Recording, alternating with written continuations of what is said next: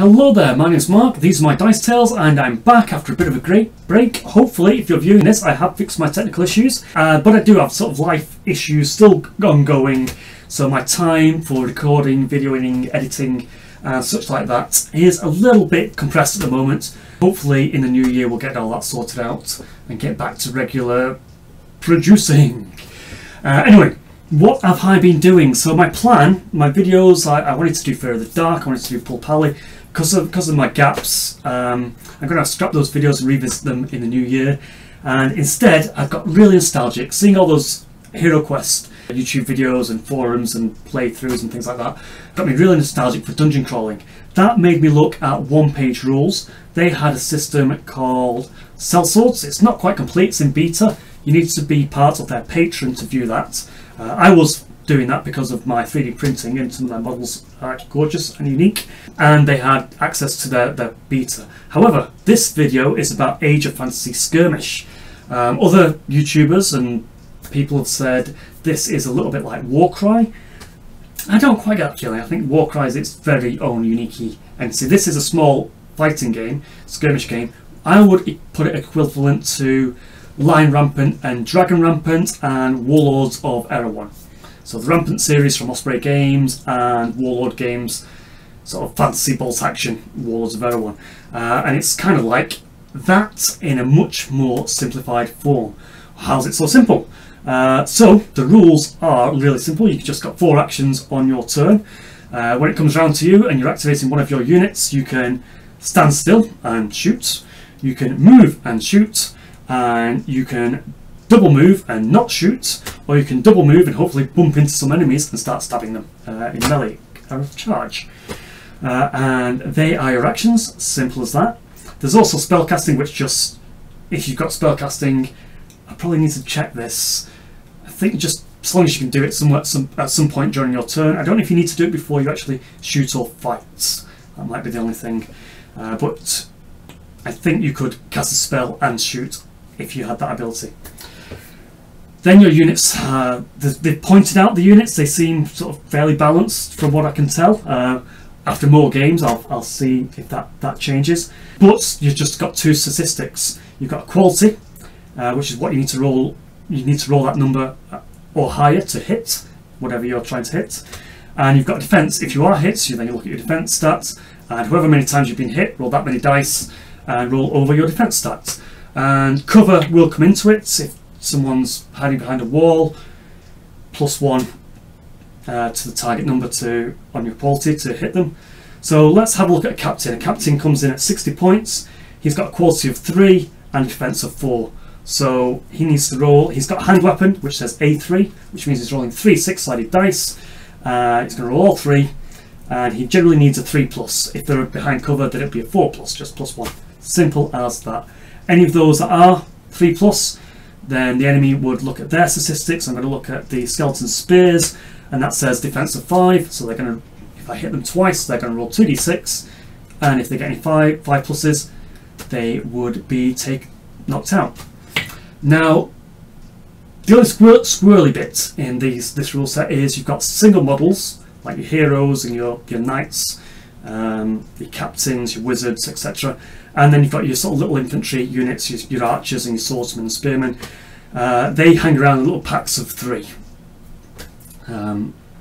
So when a infantryman is hit, then you take off one of the 3 models. When it gets down to their last model, and this then applies to the heroes and other single model units as well, you add up the number of wounds that they've got, roll a 6-sided dice and do a wounds check. And if you roll over 6, adding on your wounds, then you're knocked out and removed from the game. 5 or less, then you're KO'd and stunned, and you're basically knocked aside. I'll put a token down to say that they're stunned. On next time they activate, they can be unstunned. If they're hit while stunned, then they're killed. That is that simple. It flows really fast. I think there are various optional rules for initiative. However, I opted for the Warlords bolt action ebb and flow rules, which means for every unit you have, take a dice colour and put that in a bag. So I've got 4 units of humans, so I'm going to put 4 blue dice in a bag. I've got 3 units of undead, so I'm going to put 3 red dice in a bag. On a turn, randomly dip your hand into the bag, pot a dice. It's a red one, so I'm going to give that to one of the units on the undead side, and they can do one of those 4 actions that we just mentioned. You don't have to use bolt action dice. I'm just using these because I know I won't pick them when I roll them for attacking, which I'll be very prone to do. Could use glass beads, as long as you've got 2 similar sized things that you won't, you know, when you're rummaging in a bag, it won't tell one eye from another. You could use 2 different coloured dice, etc. As long as you're not going to be prone to picking them up like I would be. The rules are set out for 28mm. I'm going to be playing it in 15mm because it fits my kitchen table. They set the rules on a 4x4 foot table. I'm shrinking that to 2 foot by 2 foot, so I'm going to be halving all the measurements. If I do say 6 inches, then I'm going to be moving 3 inches. So when I do a double move, I'll be doing 6 inches, things like that. So I apologise if I say anything wrong there. It is more or less my first time out. I have played a couple of games with 300 and 400 points versus myself, and this is going to be my first game playing the optional campaign rules. They say start with 150 points, so I've got 250 point unit forces of humans and undead, and we're going to go at it. That's it. I think that's what I need to cover. Feel like I'm out of practice on YouTubing here, and I've been rambling already. So let's get to the table. There are always timestamps below. I try and do sort of a start, middle, and end. I might even start on turn 2 and just do an overview, because turn 1 is often just double moving.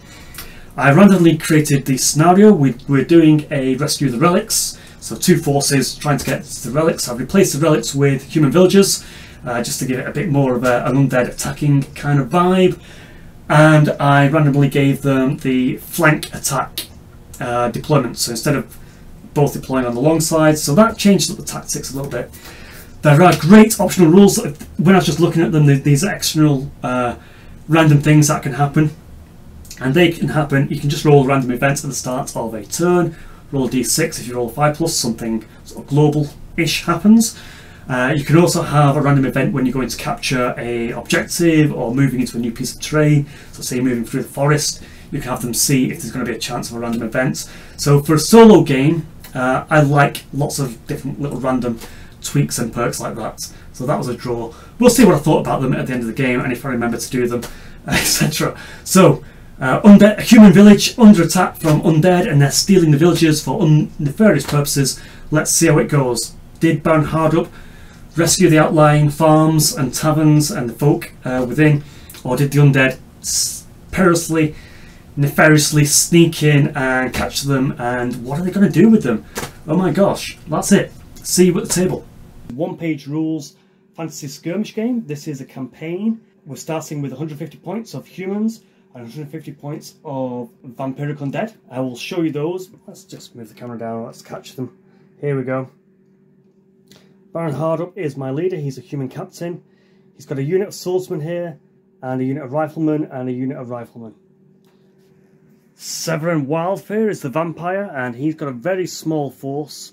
He's a vampire himself, but he's also a wizard, and he's also carrying a great sword, so he's just not your stock bought vampire. He has some upgrades, and he just has 2 skeleton swordsmen. However, one of those skeletal swordsmen, the one with the cloaks and the shields, they have spears, so they have a special ability called flanks.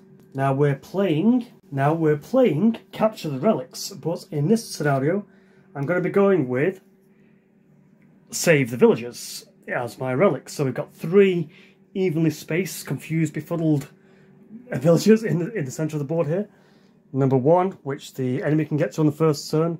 1 in the middle. Number 3, which the humans could get to and rescue in the first turn.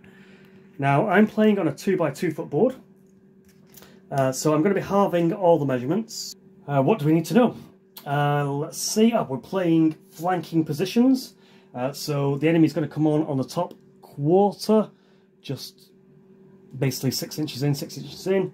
I'm coming in on this bottom quarter, 6 inches in, 6 inches in, and that's it. We're going to go at it. We both have secret objectives, and that means the humans, they need to have land mastery. They need to have a unit in each quarter at the end of the battle. Now, because we're playing at 150 point units, that seems quite tough. The undead, Severin's team, they need to kill the most expensive units. So they need to kill, they're gunning for Baron Hardup here. That is it. What else do we need to know about the game? Dead simple set of rules.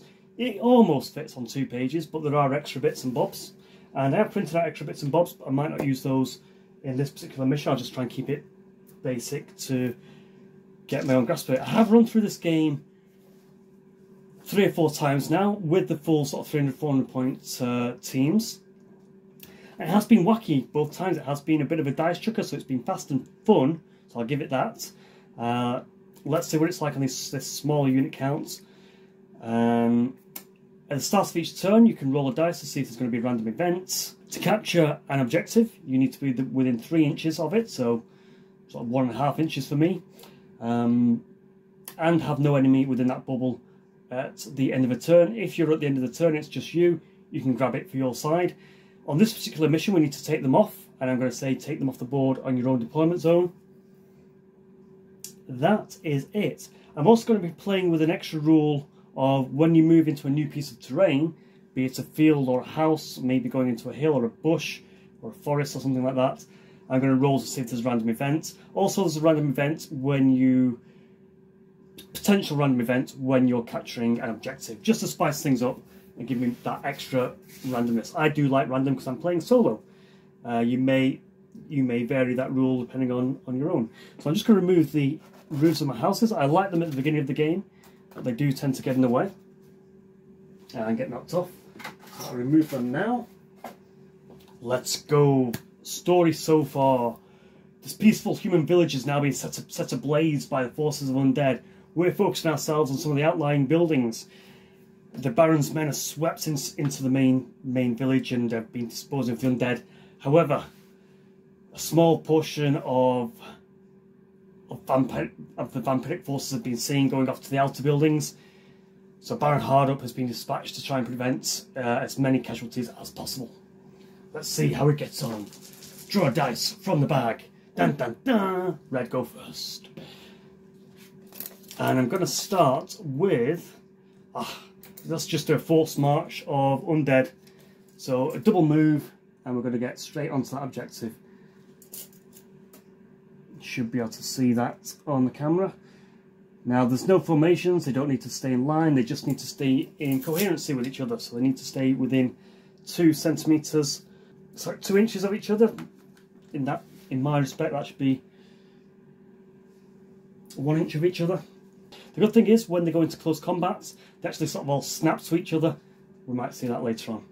Okay, next dice up. We've got a blue team. I think I'm going to do the same with the blue team.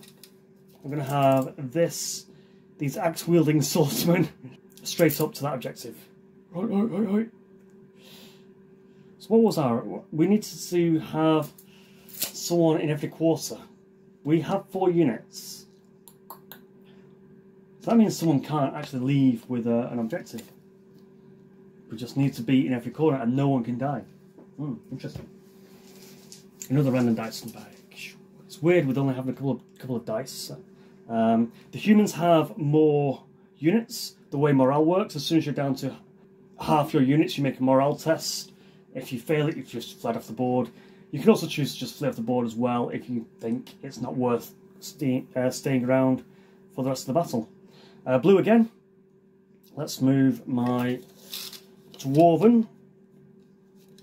These are only Dwarven because they're the only models I've got. These models are from Cromity's Forge. I think they can get just up the hill. I'm going to deduct an inch for actually climbing up the hill, just to depict that it is a slightly larger hill. So them's moved. Red. Alright, it's Vampire. I think I'll double move the Vampire straight to the centre. He's the hardest unit on the table. He's worth about 90-ish points. And the way spellcasting works, I think as long as you do it before you do a fight, so I think you can do it at the start or end of your movements, and he's got a choice of 1, 2, 3, 4, 5, 6 spells. He can give a unit +1 to its next melee rolls, do 2 automatic hits to someone 12 inches away. That'll be 6 inches away. So So it's not going to be in range. I don't think he's got anything longer range than that. I know everything's 12 inches. So you can do 2 hits with a little bit of armor piercing, 1 hit with a lot more armor piercing.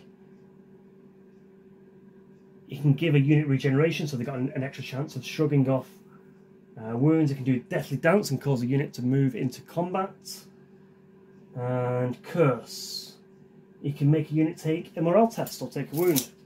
I'm guessing depending on the quality, you wouldn't make a Baron Hardup take a quality test, but you might make a Swordsman take a quality test. So I don't think anything's applicable there on this first turn. Blue team will move Baron Hardup up. I'm guessing you can go straight for that. They might as well just march along the road. You can see the villagers. You can see the vampire. His gaze is locks with Severin, and he contemplates his battle plan. Red dice. So that's that dice. I got a feeling I've not put a blue dice in here. Where's my blue dice? Yep, oh, the dice shorts. Otherwise we're not going to be moving these chaps at the bottom here. And first turn, as always, double move. Everything's going to double move. Is there any better tactics for that? I really don't think there is. I'll go straight to the edge of that hedge, maybe come around the other side of the hedge. And finally we've got the dwarves here with the last dice. Again, they can probably just about get to that hill. So that's it. End of turn 1. We'll now roll a dice for a random event. On a 5 or a 6, a random event happens. We got a 2. Yes, that landed on the camera, thank God. Let's move on. So pick up all the dice again, put them back in the box. So we're looking for 4 blue dice. Yep, one already in the bag, there we go.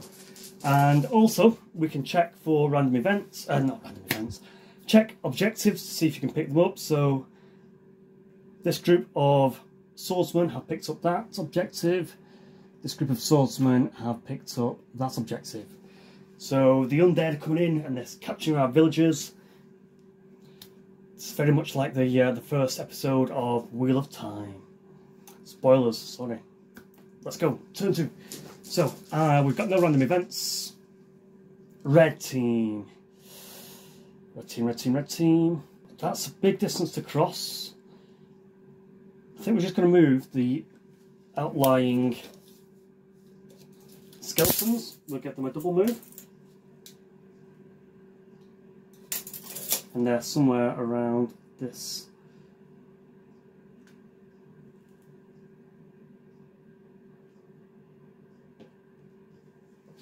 This bush. And the dice blue. This time. Alright, I'm going to say there's a second level to this, and they can move into the building and potentially shoot it. Though I think it's going to have to be a double move to get into the building, but then they'll have a great position. So we're going to move our dwarves. They climb up to the upper ranks and bust in the windows of this tavern, ready to shoot next turn. So they'll have a great view of everything around them. So normally they'll shoot 24 inches, we're going to say that's 12. So yeah, they've got a pretty good view of everyone around them and a very good defensive position. But it's only a 4-turn game, very swift game. Blue again.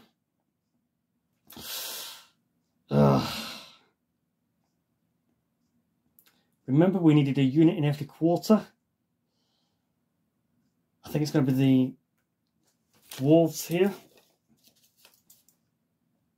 Looks like they can move to this wall. So that's just their normal move, and then they can shoot. So they can see these skeletons, they can see that vampire. The vampire is going to be very hard to hit. Right, units in this game just have 2 stats. They have a quality check, which they have to roll over to hit, and defense stats, which if they are hit, they can then roll the defense stats. If they roll that or over, they block the hits. Then there are special rules like hero fearless, regeneration, movement rules, things like that, poison on your weapons, etc. These units are very basic, apart from flanks and a spellcasting wizard. There's not that much complexity in this particular game. Let's see if we can get the camera riled up for a better shot. Not really, I think I'm at sort of optimum distance already.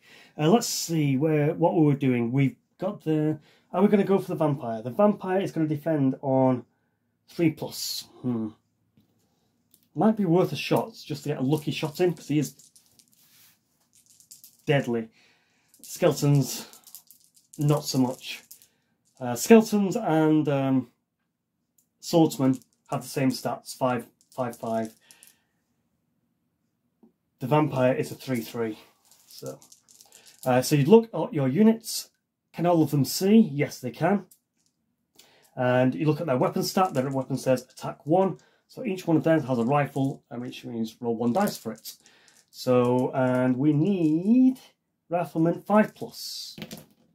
Oh my god, that's very nice. 5, 6, 6. So 3 hits. The vampire needs to roll 3 pluses to block these. One of them fails, so we've got our first wound. Now, because he's a leader, he's a hero, he's got a toughness of 3, so he doesn't have to roll any further checks until he's taken another 2 wounds. So he's got a toughness, and if this hit a skeleton unit, then I'd lose one of the models until we got down to the last one. Hopefully we'll see that play out before the end of the game. And that is it. Back to the initiative dice. Ooh. Red. It seems like such a weird short game that I'm going to have skeletons that have captured this objective wander off. I'm highly tempted to say they move up and try and capture this one as well. And then wander off. Shall we try that? So you're within range. So they have grabbed a civilian, bring him, kicking and screaming with him, and trying to catch a second one before then running off. So they're going to have a barrage of rifles coming at them, but they might be able to tough it out. So that is them. Let's see who's next from the bag. More than likely going to be blue this time. Just blue as predicted. Because these guys have got someone. It's going to be Lord Hardup himself. He has to go and defend that. Now he's not in range to actually charge them, which means he will get charged by the vampire, potentially. But he is contesting the central objective. He's quite tough as well, not quite as tough as the vampire. He has toughness, he has fearless, and he rolls 3 dice in combat instead of just 1. Right, so it's 50-50. Who's going to go next? The vampire or the knights? It's the vampire. Right, the vampire has a chance to cast a spell. He can either cast a directly damaging spell, or try and get his skeletons a free move. Just measure that they can actually get into combat.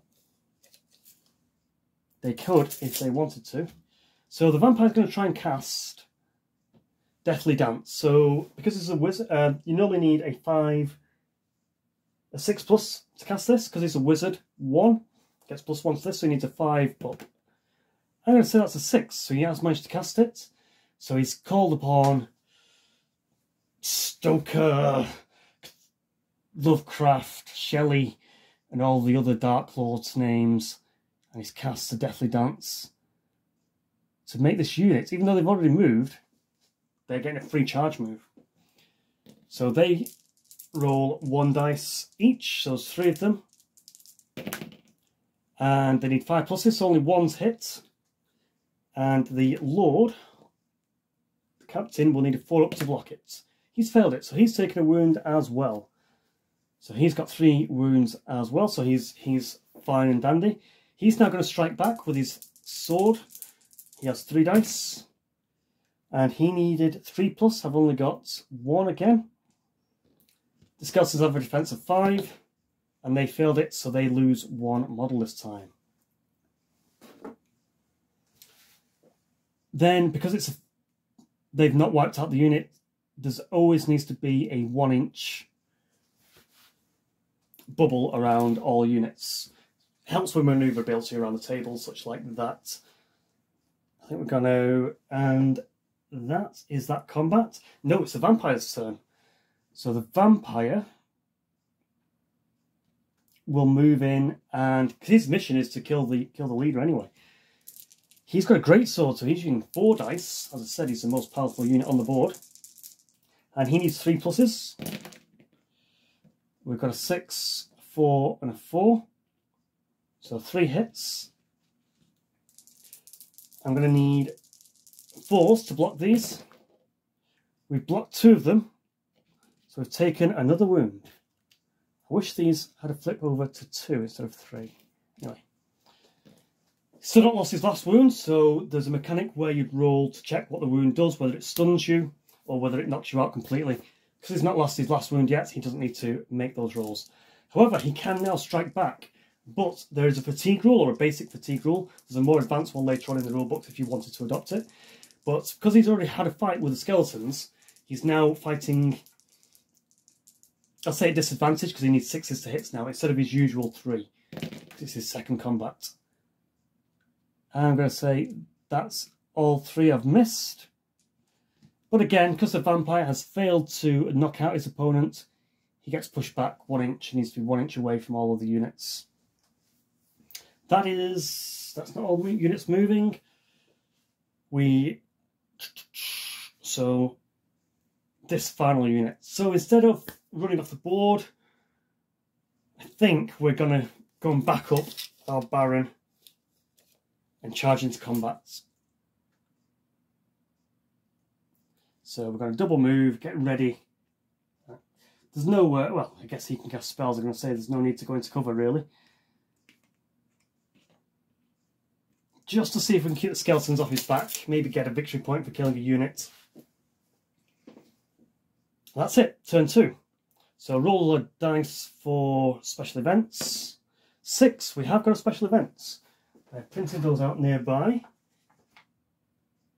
And for special events, you roll a d6 for 10, so we've got 1 and a 4. So special event 14, unsafe ladders. So until the end of a mission, whenever a unit climbs up an elevation, roll a 1 die. On a 1, it falls. So that random event doesn't affect us. Objectives, that one is contested, so no one's going to claim it. So it's a very, very battered Baron Hardup defending it. Was that turn 2? Seems like that's turn 2. I think we're going on to turn 3. We've lost no units yet. We've lost 1 body on 1 unit and 2 wounds on one of the leaders. Could really do with the heroes going first, the blue guys. Blue, okay. What is the most sensible thing to do? So a thing to say, if you do get stunned, you can either get a stun marker or knock you guys over so they're lying down. If you're hit again in that state, you are instantly killed. No dice rolls. The trick is, do we go for the vampire again? Or do we go for one of the units carrying off one of the objectives? Or do we go for the leader, because he's the most chance? Ugh. Right, my leader is going to charge the skeletons with flanks. Because they've got flanks, they create their own dangerous terrain. I need to make a quality check or take 1 wound.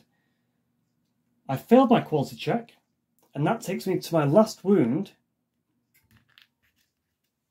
And I think, because of that, I would have to check what happens to me. So 3, 4, 5, 6... I think I've just KO'd myself. I've just literally run onto a skeleton spear.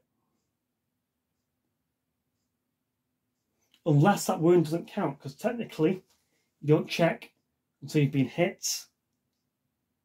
Maybe I just got a wound sort of stored up for...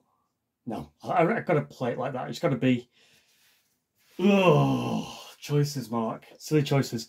Baron Hardup impales himself on the flanks of spears, trying to save a villager. Didn't do too good a job. Unlucky Baron Hardup.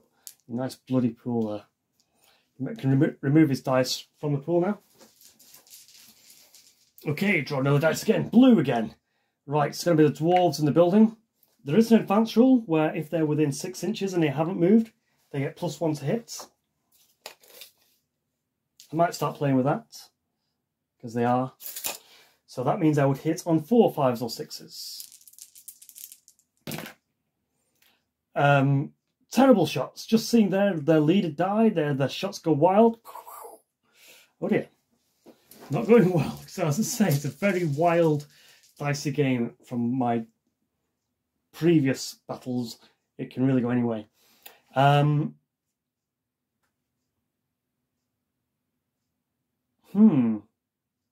We've killed the leader, so we've got that victory point. Am I in range of... Yes, I think I'm in range. I'm a vampire.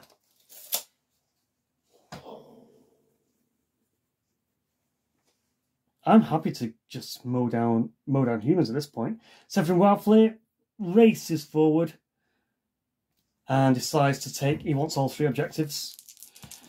So the enemy snap to him. I'm going to roll first. So my Vampiric Greatsword. Hitting on 3s, so that's 2 hits. Defending on 5s. No, so 2 of the humans dead. Now the humans fight back. The humans just got 1 human left. 2, it fails to hit. So the vampire is pushed back 1 inch.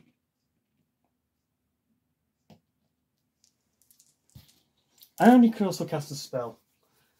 So he might as well cast a blast at the remaining guy, I think.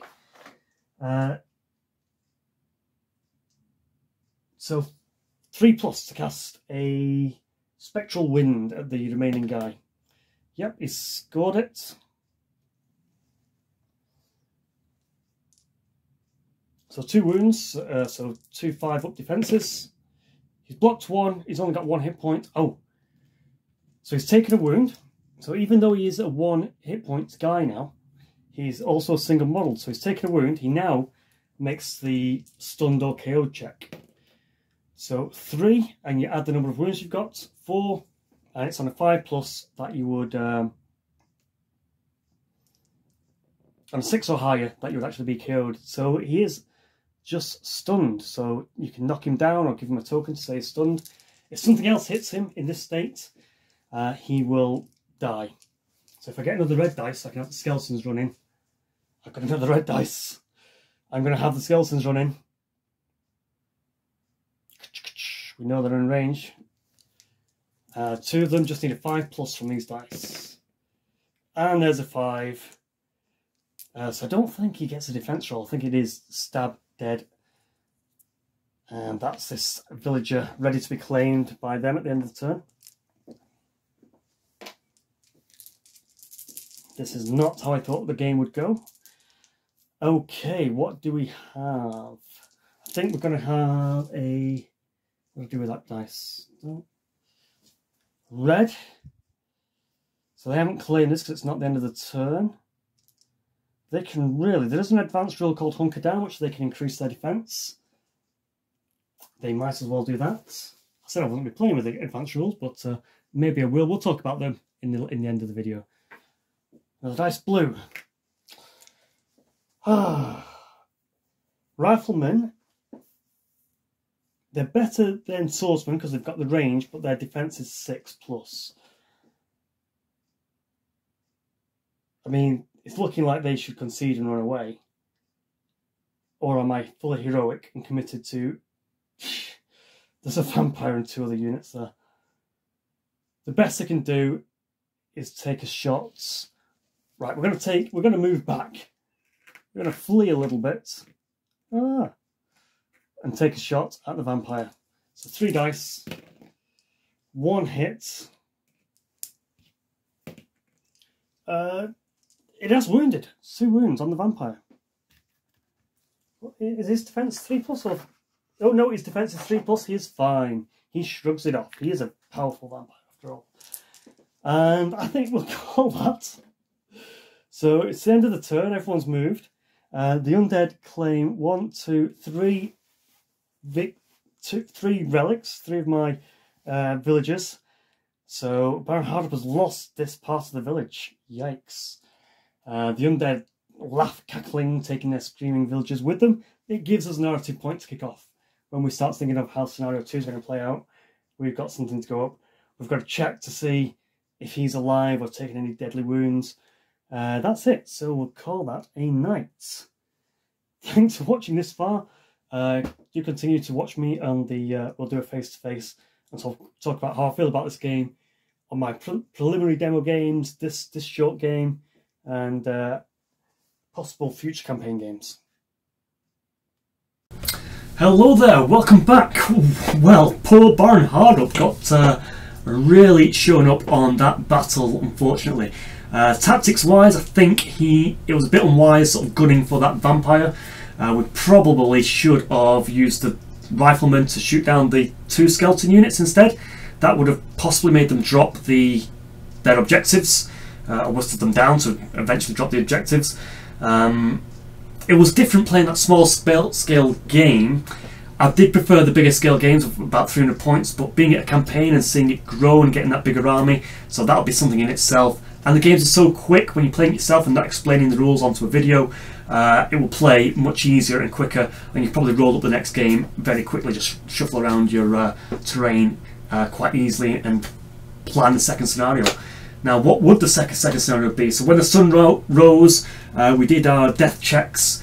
The swordsmen, they recovered, and then when they went looking in the rubble after the undead had terrorised the village, then they found Baron Hardup. He looks near death. Because he's a hero, so he rolled a 1, he would have died of being a normal unit. Because he's a hero, he gets to roll another table and instead takes a grievous wound. And he actually took a wound to the chest, which I think gives him, he's 5 points cheaper, so he can actually afford more things in the next battle. But he takes -1 to his melee rolls, so his quality would technically, in a stance, go up to quality 4, which isn't particularly good. Still better than a swordsman, I guess, and he still got his 3 dice and toughness, etc. And he can still be there to give morale to his troops, so it's quite nice that he's got a wound. He's got something being a grizzled and hardened. He's seen battle now, and he's still leading his troops. So there is that. There's a story perspective to take away from that. XP wise, so you could track XP on each individual unit. So I had on the human side the 2 rifleman units. They should have rolled morale at the end of that battle, by the way, at the start of turn 4 or end of turn 3. I actually rolled it and they failed it, so they would have fled anyway. But they did survive the battle, so they would have got 1 XP each. I'm thinking I might just do a group XP and just say the humans have a group pool of 2 XP now, and then I can spend that on whoever I think is worthy from the battle, whether it's going to be a survivor or Baron Hardup for sort of sticking with it and pulling through. You actually need 5 XP to roll on the sort of level up table. The vampires managed to achieve that, so their 3 units survived, so 1 XP for each surviving unit. They killed 2 units, so I think they got 1 XP for killing the swordsman and 2 XP for taking out the hero, the leader. So they got, is that 6 XP overall? 3 for surviving, 2 for the hero, yeah, 1 for the swordsman. So I could make one of those units level up. Whether I give it to the evil, dastardly tank monster of a Vampire Lord, Severin Wildfear, make him even more powerful, I don't know, or share out the wealth and give it to one of the I mean, the flanks unit, they stuck their ground, they didn't get shot up by the rifles at least. Could spend my points there. The other thing that you also gain points. I mean, I'd like to call it gold to spend on the next army, they call it points. But the loser, they get more points, they get 30 points to spend on the next battle. Also, and the winner gets 10 points to spend on that next battle, so it gives the loser a way of another way of leveling up and bringing more things to the table next time. If you have a disparity in the points cost, so say my humans force is 200 points to my vampires 150 points, the vampires would be the underdog in the next battle and they get rerolls, so there's a little calculator to say, right, we're 20 points less than you, so we can do 2 rerolls in the next game to try and balance that out, that the other force is stronger. And you can use that on your to hit rolls or your defense rolls or the enemies to hit rolls. So they do a hit and go, yay! You can say, reroll that. I like that. Nice little easy thing. Also, the vampires, they got 10 points for winning, and they got 10 points for completing their special objective, which was to kill the most expensive unit on the human side. So they killed Baron Hardup. So they have 20 points to spend. So a quick look over the vampires army list. They could get a pack of zombies. They could get a skeleton guard, a single skeleton who's just got a better quality and better defense than a typical swordsman. Giant bats, zombie wolf or something like that. Or they could just bank those points and spend them later on when they can get something like a ghoul horror or a ghost swarm. I like my ghost swarm when I was playing the 300-point game because they can move over terrain, they're ethereal and such like that. They don't get bogged down, and I like a lot of terrain, and so having units like that to just sneak through is good. So that's it. The humans, they'll probably spend their 30 points on getting a knight, and that knight, did I already mention that? I've done this video twice, so I'm not too sure. The knight costs 25 points, it's just a single model, but it's mounted, so it's got fast, so you can gallop up the board. And in my bigger games, they were contesting that third objective. There are other scenarios to try out, other deployments to try out, and I did also forget to do the random events, so moving into terrain and collecting the objective. So there's other things I can sort of cement in my mind now. It's a really easy rule system, just 2 stats to remember, and then extra optional rules if you want it. You can keep it just at those 2 stats, rolling to hit, rolling to defense. Very reminds me of Hero Quest actually. You know, you just roll. Did you roll a hit? Okay, you've been hit. Can you roll to block it? Yay! If you don't, just take it off the board. So, be great for kids, I think. Good introductory game for a beer and pretzels night when you're not looking for something too hard and thinky. As I say, reminds me, it fits into that category of an easier version of the Rampant games or the Warlord Era 1 games. They're the ones that I know of. I can't even compare it to Warhammer or Warcry. I think it's a different beast to Warcry. It's fast, it fits in that coffee table space definitely, so it's got that to compare it to. But I haven't really played Sigmar or old Warhammer for so long, I do not know what the rules look like. I don't know if this is any equivalence to like a War Scroll or something like that. So I know some terms from the Warhammer games, but I've never really priced them up and seen what they're like. I do know that the bigger games are like having 40 models, and I've always stayed away from things like that. Why would you want to paint the same model 40 times is beyond me. I think I will leave it there. So I've enjoyed the game. It's fast, it's furious. Let's see where the campaign takes us. I might swap out the undead, keep their sort of general XP pool and cost, but sometimes swap in some other forces just to get a vibe of how other forces feel, but while keeping a consistent human force. That's my thoughts on how I'll do it, because I tend to get bored after 5 games anyway. The way this game works in the campaign rules are there are sort of 2 victory conditions. It says roll a d6, add 4, that's how many games you play in total. So I rolled a d6 and I added 4, so I got 9. So potentially 9 games long. The other end game scenario is victory points. Because the vampires won, they've scored 2 victory points now, and again roll a d6 plus 4. Again, I ended up with 9 anyway.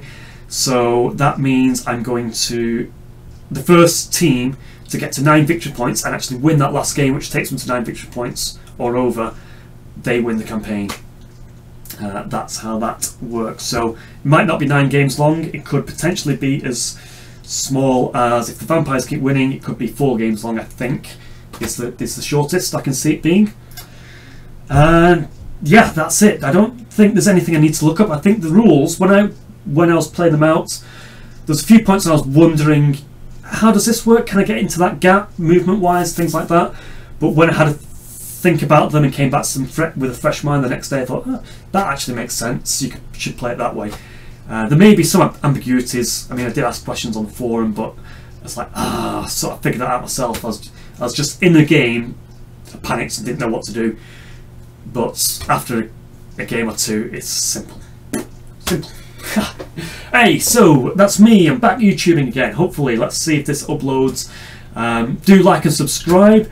What got me here, I have been listening to Audible recently, so I'm going to do an affiliate link to that below. I've been listening to Gore-Tex and Felix, who are the two heroes from Warhammer's Old World. I'm wondering, can I knock them up in this system? I've got a wonderful model for Gore-Tex from Prometheus Forge Dwarf range. I don't know who I'll do for Felix. There's a cool peasant champion from the Forest Dragon range, who's a sort of sword and cloak guy. So might change up my human forces and swap them out for Gore-Tex and Felix, and see if I can replay some of the battles from those books. So I'm currently into the second book, which is Skaven Slayer. The first one is Troll Slayer, I think. Then Skaven Slayer.